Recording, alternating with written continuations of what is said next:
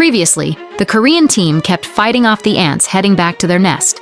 Yunho asked Choi to crank up his attack power, but Choi warned that if he did, they'd probably run out of oxygen in that place. And all the Korean hunters could do was rely on Choi's fire attacks to get out of this mess. As Choi started to struggle and the ants pressed closer, in a flash, a shadow warrior emerged, stopping the attacking ants in their tracks. Yunho was shocked and wondered who this Black Knight was. He felt like he'd seen it before.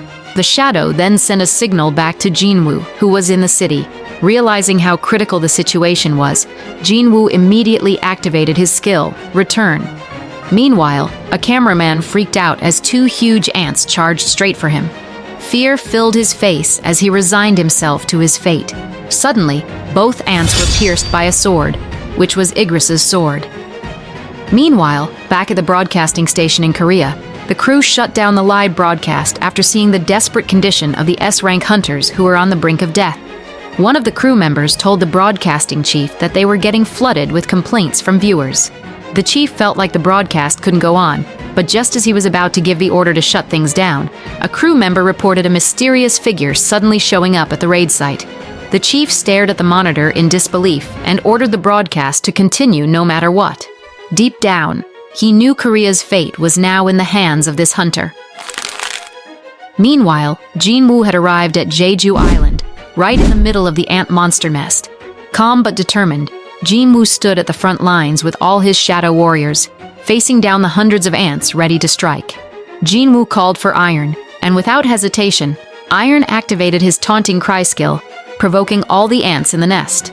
Jinwoo smiled, impressed by Iron's growing smarts.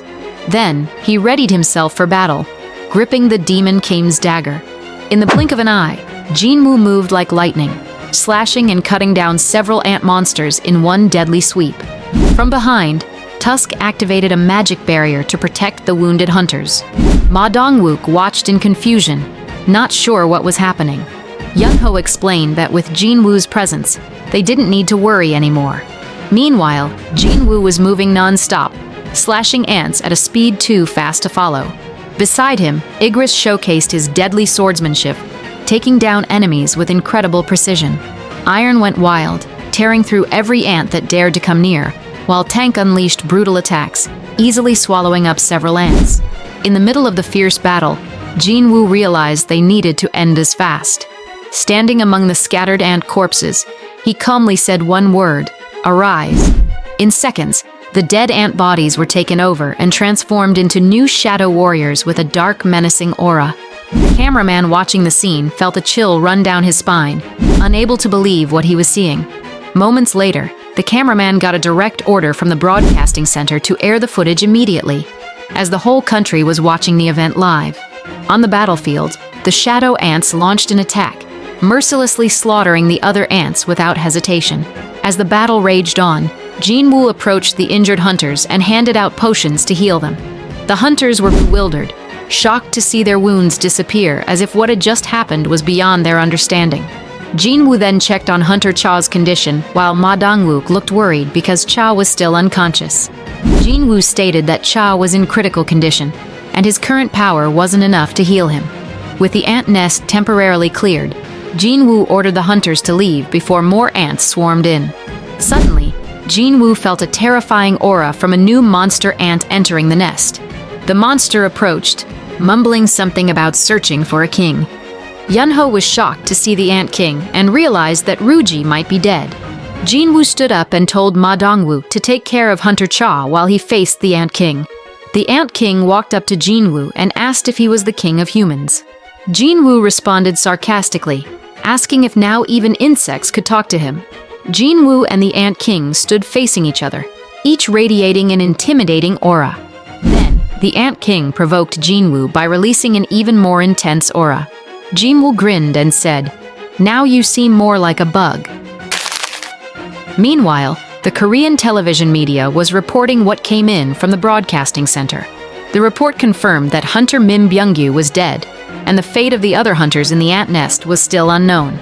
But then, the situation took a turn when a hunter appeared on the scene and changed everything, allowing the raid broadcast to continue.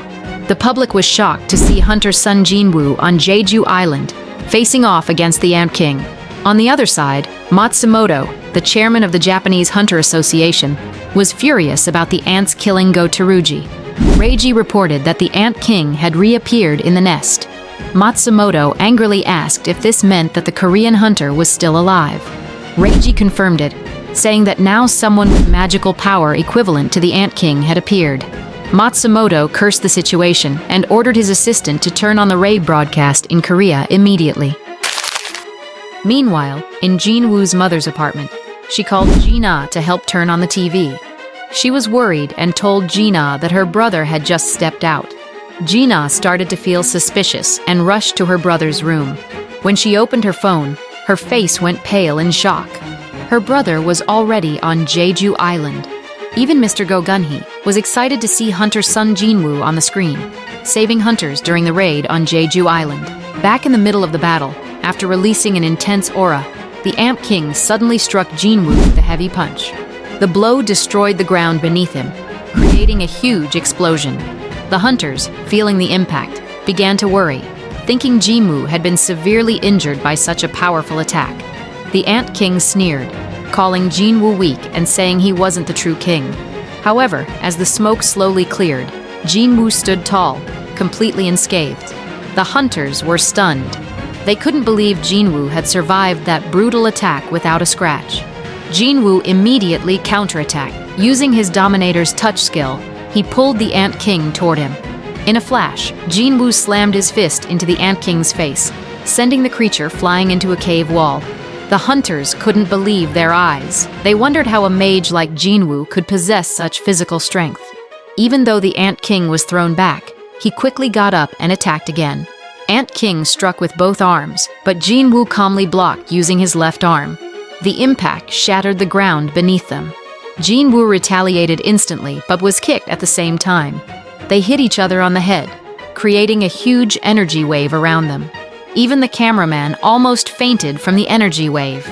The break on his head armor got Ant King's attention, and he was curious about this human. But Jinwoo didn't give him a chance to think and hit him with another powerful punch.